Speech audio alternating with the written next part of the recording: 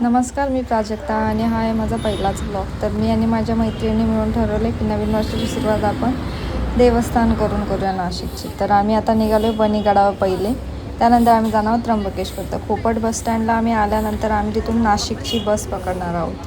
तर माझ्या मैत्रिणीचं इंट्रोडक्शन करून देते. ही आहे ऋतिका, ही आहे रुची, ही समृद्धी आणि ही नेहा. तर आम्ही ठरवलं आहे 5 जणी मिळून की आपण फिरायला जाऊयात म्हणून. तर त्यानंतर आम्ही बसस्टॉपला आल्यानंतर तुम्हाला हा बघा बसस्टॉप दाखवते, किती सुंदर असा बसस्टॉप आहे आणि स्वच्छसुद्धा आहे.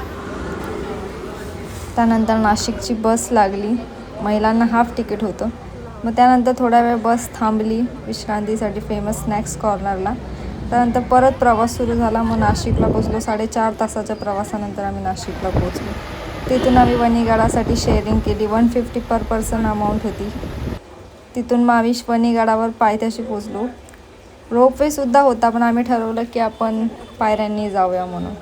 तर पायऱ्यांनी मिनिमम 10 मिनिट लागले. त्यानंतर वरती असं सुंदर असा नजारा पाहायला मिळाला.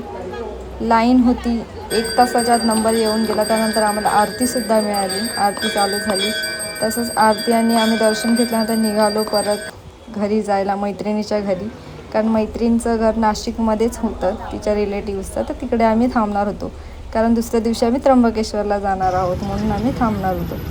तर पुढचा ब्लॉग बघण्यासाठी तुम्ही उत्सुक आता नक्कीच फॉलो करा.